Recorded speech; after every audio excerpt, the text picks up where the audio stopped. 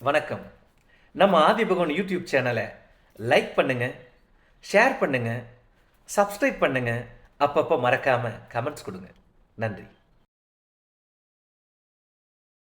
உங்களுடைய கணவனோடு திருமதி ஜெயந்தி ஜெயராஜ் அவர்கள். விரிந்திடும் ஆயிரம் இதழுடைய பொற்கமல மீதினிலே உரையொலி பால் நிலவின் குளிர்கொள் முக்குடையும் நிழற்றிடவே சொரிந்திடும் பூமலர் பிண்டிமர அடியிலமன் வரமுறைத்தாய் அருந்தவ ஆதவா என் அருகா உன் பாதம் சென்னி வைத்தேன். இளங்காடு ஆதிநாதரின் பொற்பாதம் வணங்கி நாவினிலே நல்வாக்கு கொண்டு சொல்லின் செல்வராய் இங்கே வீற்றிருக்கும் நடுவரவர்களுக்கும் எதிரெதிர் துருவங்களாய் நின்று வாதாட வந்திருக்கும் வாதாட வந்திருக்கும் மற்றும் அவையத்து துஞ்ச செவீரரை போட்டு செவிச்செல்வம் சேர்க்க திரண்டிருக்கும் அவையோர்கள் அனைவருக்கும் ஜெயந்தி ஜெயராஜனின் நற்றமிழ் வணக்கங்கள். எல்லாரும் சொன்னாங்க கம்ப்யூட்டர்ல சம்பாதிக்கிறாங்க, இவ்வளவு லட்சம் சம்பாதிக்கிறாங்க. இளமை, அதாவது ஒரு இளமை என்பது ஒரு நாட்டினுடைய பலம் ஐயா. இளமை என்பது ஒரு நாட்டினுடைய தூண், ஒரு நாட்டினுடைய பலம். ஆனால் இன்றைய இளமை திக்கு தெரியாத காட்டிலே வழி தெரியாத மான் குட்டி போல திக்கி திணறி திக்கி தவித்துக் கொண்டிருக்கிறது. இதுதான் இன்றைய யதார்த்த நிலைமை. எல்லாரும் கை நிறைய சம்பாதிக்கிறதும் கம்ப்யூட்டர் படிக்கிறதும் தான் வாழ்க்கையா? உண்மையிலேயே லட்சியம் இல்லாத வாழ்க்கை, ஒழுக்கத்தை பின்பற்றாத வாழ்க்கை எதற்கு பிரயோஜனப்படும் இல்லைங்களா? ஐயா சொன்னாங்க, சொல்லும்போது அருமையா சொன்னாங்க. அதுலயும் லட்சத்தை நோக்கி போறாமா, நீங்க லட்சியத்தை பத்தி பேசுறீங்க. ஐயா சொல்லும்போது சொன்னாங்க, இப்பதான் ஐயா சொன்னாரு காலேஜ் படிக்கிற பையன் இருக்காங்க, என்னை இளைஞர் லிஸ்ட்ல சேர்த்து சொன்னாங்க. முதல்ல அதுக்கு மகிழ்ச்சி தெரிவிச்சுக்கிறேன். அதுக்கப்புறம் அவங்க சொன்னாங்க, மகராசன் நடத்துற அவர் இளைஞர் தானே, படிச்சவங்க இளைஞர் தானே, ரொம்ப அழகா சொன்னாங்க. ஆனா அந்த குழுவுல நிறைய விஷயங்கள், நல்ல விஷயங்கள் செய்யறாங்க, அரை நோக்கத்தோட செய்து கொண்டிருக்கிறார்கள். ஆன்லைன்ல தத்துவ வகுப்பு எல்லாம் நடக்குது. ஆனா அங்க உள்ள போய் பாருங்க, இளைஞர்கள் வருகிறார்களா என்று. இளைஞர்களை வரவழைக்க அறநடிக்காதர்கள் என்னென்னமோ பண்ணிட்டு இருக்காங்க. ஆனா உண்மையில் இளைஞர்கள் வருகிறார்களா என்று அந்த குழுவில் இருந்தா தெரியும். கிடையாதுங்க. வரவங்க எல்லாம் முதியவர்கள் மட்டும்தான். அதுதான் வேதனையான விஷயம். இளைஞர்கள் வருவதே கிடையாது. அது இளைஞர்கள் வருவதற்காக புதிய முயற்சிகளை எடுக்கிறார்கள். அப்பொழுதும் இளைஞர்கள் வரவு என்பது மிக குறைவாகத்தான் உள்ளது. இதுதான் நிதர்சனம். HCL கம்பெனில கோடிங் தெரியுமான்னு கேக்குறானா, கவிதை எழுத தெரியுமான்னு கேக்குறானா, அதனால அவன் கோடிங் படிக்கிறான். அவனை தப்பா நினைக்காதீங்கம்மா. கோடிங் படிச்சுட்டா மட்டும் போதுமாங்க ஐயா? நம்மளுடைய அறம், ஒழுக்கம், சமண தர்மத்துடைய அறம், ஒழுக்கம் இதெல்லாம் படிச்சாதான வாழ்க்கை ஒரு செல்ஃப் சாட்டிஸ்பேக்ஷனோட இருக்கும். ஆனா அதை நோக்கி இன்றைய இளைஞர்கள் வருகிறார்களா? செல்ஃப் சாட்டிஸ்பேக்ஷனோட இருக்கிற பையனுக்கு பொண்ணு கொடுப்பாங்களா? HCL கம்பெனில வேலை செய்யறானா, சோகோல வேலை செய்யறானா? இப்படித்தான் இந்த இளைஞர்கள் இன்னைக்கு சிக்கிக் கொண்டிருக்கிறார்கள். இந்த மொபைல் என்கிற அந்த சமூக வலைதளம் என்கிற மாய வலையில் சிக்கிக் கொண்டிருக்கிறார்கள். இதுதான் நிதர்சனமாக இருக்கிறது. இதனால அவங்களுக்கு என்ன ஆகுதுன்னா, கவன சிதறல் ஏற்படுகிறது ஐயா. ஒரு புத்தகத்தை எடுத்து அரை மணி நேரம் ஒரு ஊசியாவது படிக்க முடியுதா சொல்லுங்க? அதுக்குள்ள 1008 கவனச்சிதறல். மறுபடியும் அந்த போன கையில தூக்கலாமா அப்படின்னு 1008 கவனச்சிதறல் ஏற்படுது. ஒரு நண்பன் பக்கத்துல உட்காந்துட்டான், டேய் இன்னைக்கு உலக நிலைமை பத்தி நான் சிந்திச்சுக்கிட்டு இருக்கேன்டா அப்படின்றான். பக்கத்துல இருக்க அதே நம்பர் சொல்றேன், என்னடா போன சார்ஜ்ல போட்டியா அப்படிங்கிறான். போன சார்ஜ்ல இருந்தா தான் அந்த நிஜ உலகத்துக்கே இன்றைய இளைஞர்கள் வருகிறார்கள். இதுதான் உண்மையாக இருக்கிறது. அவர்களுடைய கவனம் முழுக்க முழுக்க சிதறிவிடுகிறது. கவனத்தை ஒருமுகப்படுத்தி செய்யக்கூடிய ஆற்றல் குறைந்து கொண்டே வருகிறது. இன்றைய இளைஞர்கள் ஒரே நேரத்துல 3 வேலை செய்யலாம். கார் டிரைவிங் பண்றான், காதுல ஹெட்போனை கேட்டுன்னு HR பேசுறதுக்கு பதில் சொல்றான், மேப்பை பார்த்துட்டு டிரைவிங்கும் பண்றான். மேப்பையும் பார்க்கறான், காரையும் ஓட்டுறான், HR கேட்கிற கேள்விக்கு பதிலும் சொல்றான். நாமெல்லாம் அந்த மாதிரி ஏதாவது பழகிருக்குமா சார்? ஆக இன்றைய இளைஞர்களை சும்மா குறை சொல்லாதீங்கம்மா. நான் குறை சொல்வதற்கு நோக்கம் இருக்குது ஐயா. எளிதா பணம் சம்பாதிக்கணும்னு இன்றைய இளைஞர்கள் எங்கெங்கெல்லாம் போய் விளையாடுறாங்க. கிரிப்டோ கரன்சி, ஆன்லைன் ரம்மி, இப்படி எல்லாம் போய் பணத்தை இழந்து கடனாளியான இளைஞர்கள் எண்ணிக்கை ரொம்ப அதிகமா இருக்குங்க. இப்படி எல்லாம் எளிதா இன்னைக்கு அப்படியே இன்ஸ்டன்டா பணம் கிடைக்கணும். கஷ்டப்பட்டு உழைக்க கூடாது. ஒரு உழைச்சு அதன் மூலமா ஒரு காத்திருப்பும் கிடையாது. ஒரு காத்திருந்து ஒரு பொருள் கிடைக்கிறதுல இருக்க சந்தோஷம் இந்த இளைஞர்களுக்கு கிடைக்குதானா? கிடையவே கிடையாது.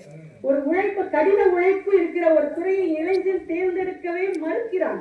இப்படியே போனா அப்படிப்பட்ட துறையுடைய நிலைமை என்னாகும்? அதில் இருக்கக்கூடிய மக்கள் பயன்பாடுக்கு நாளைக்கு எங்க போறது?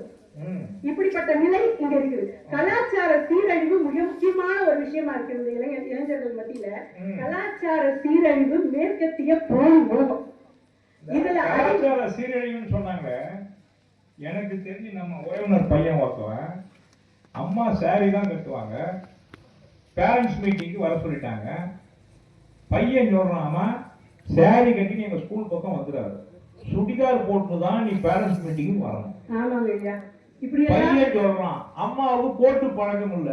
பையன் சொல்றான் சார் இது வந்து ட்ரெஸ்ஸாவே அவன் மதிக்கல இன்னைக்கு இருக்கிற கலாச்சாரத்துல. இத போய் நீங்க கலாச்சார சீரழிவுன்னு சொல்றதா இல்ல நாகரிகம்னு எடுத்துக்கிறதா எனக்கு ஒண்ணும் புரியல. நாகரிகம் என்ற போர்வையில் மேற்கத்திய கலாச்சாரத்தை கொண்டு நம்முடைய அடையாளத்தை அழிக்க பார்க்கிறது. அதனால உண்மை நம்மளுடைய கூட உடை, நவநாகரிக உடை, உணவு, அந்த கால தட்பவெப்பத்துக்கு ஏற்ப அவங்க உணவு சாப்பிடுறாங்கன்னா அதே பீட்சா பர்கர் தான் இங்கேயும் வேணும். நம்மளுடைய தட்பவெப்பம் எப்படி, இந்த சூழ்நிலை எப்படி, எதையும் கருத்து கொள்வதில்லை. ஆன்லைன்ல ஆர்டர் பண்ண வேண்டியது என்ன வேணுமோ அதுக்கு இருக்குது, எல்லாம் ஸ்விக்கி எது வேணுமோ ஆர்டர் போட்டு அந்த கலாச்சாரத்திலே அந்த மோகத்துல அடிமை ஆயிடுறாங்கன்னு சொல்றேங்க ஐயா. இன்னைக்கு மதுவுக்கு அடிமையாக கூடிய அந்த கல்யாணத்துல மேக்கப் போடுறான் பாருங்க சார். சார் அது எம்மா காசு தான் செலவு பண்ணவங்களோ தெரியும். அப்போலாம் கல்யாண பொண்ணு பையன் எதிர சொந்தக்காரன் ஆடுவான். இன்னைக்கு சொந்தக்காரன் எதிர பொண்ணு ஆடு. பொண்ணு ஆடினா கூட பரவாயில்ல சார், பொண்ணை பார்த்த அம்மா அதே மாதிரி மேக்கப் அம்மா எது பொண்ணு எதுன்னு தெரியாத அப்படிப்பட்ட கலாச்சாரத்தை இங்கு கொண்டு வந்து புகுந்து விட்டார்கள் என்பதுதான் எங்களுடைய வேதனை. இன்றைய காலத்துல நிதர்சனமான உண்மை என்னன்னா, நம்ம அதை ஏற்றுக்கணும். மதுவுக்கு அடிமையாக பின்ன பிற போதை வஸ்துகளுக்கு அடிமையான இளைஞர்களின் எண்ணிக்கை ரொம்ப ரொம்ப ரொம்ப அதிகமாகிட்டே வருது. இது நாட்டுக்கு எவ்வளவு பாதகமான செயல். அதாவது 6.47 crore liquor cases, 6,47 கோடி சொல்றாங்க சார். அவ்வளவு liquid cases, consistent strong consumer demand தமிழ்நாட்டில் இருக்குன்னு சொல்றாங்க. இது வந்து 2வது இடத்துல இருக்கு, முதல் இடத்தை நோக்கி போயிட்டு இருக்கு சார் தமிழ்நாடு.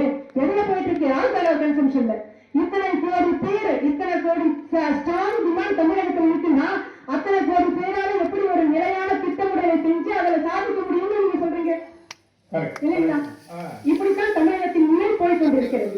அதுவும் இல்லாம மன வலிமை இல்ல. நீங்க நிர்மலா சீதாராமன் கிட்ட ட்ரைனிங் எடுத்தீங்களான்னு தெரியல, அந்த பட்ஜெட்ல சொல்ற மாதிரியே சொல்றீங்க.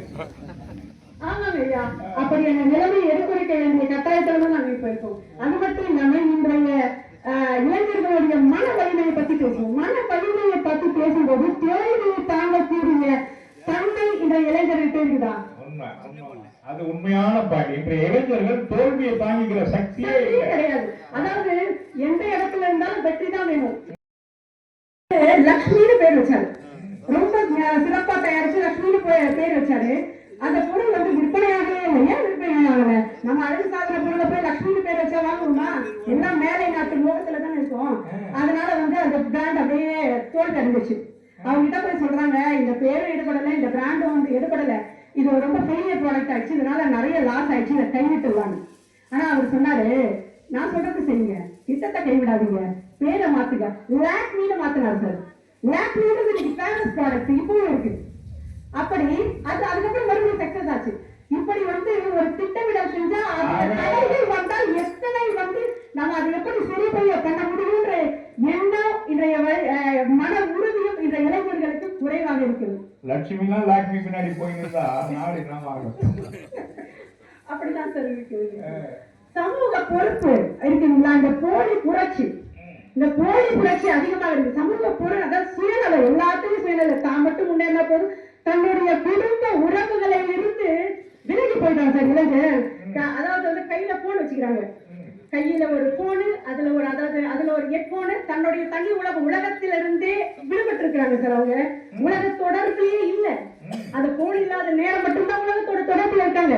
நான் கூட யோசிக்கிறேன் சார், ஒருவேளை நம்மளுடைய பற்றின்மை தன்மத்தை வந்து தீவிரமா கடைபிடிக்கிறாங்களோ, ஏன்னா உலக தொடர்பெல்லாம் விட்டுறாங்களே அப்படின்னு நான் கூட யோசிச்சிருக்கேன். உலகத்தில் இரு, உலகத்தோடு பற்று இல்லாமல், அதனால நம்ம பையன் அப்படிதான் கடைபிடிக்கிறாங்களோ. அப்புறம் தான் சார் தெரியுது அவங்க பற்றின்மையை கடைபிடிக்கல, அந்த ரீல்ஸ் மோகத்துல அதீத பற்றால தன்னுடைய சுயத்தை இழந்து அதில் தன்னை தொலைத்துக் கொண்டிருக்கிறார்கள். பற்றின்மை என்பது தன்னை மீட்டெடுப்பதற்காக செய்வது, ஆனால் அவர்கள் தன்னை தொலைத்துக் கொண்டு போவதற்காக இந்த உலக தொடர்பு வந்து விடுபட்டு கொண்டு போய் கொண்டிருக்கிறார்கள். இன்னைக்கு யதார்த்தமான நிலைமை அப்படி இருக்கிறது.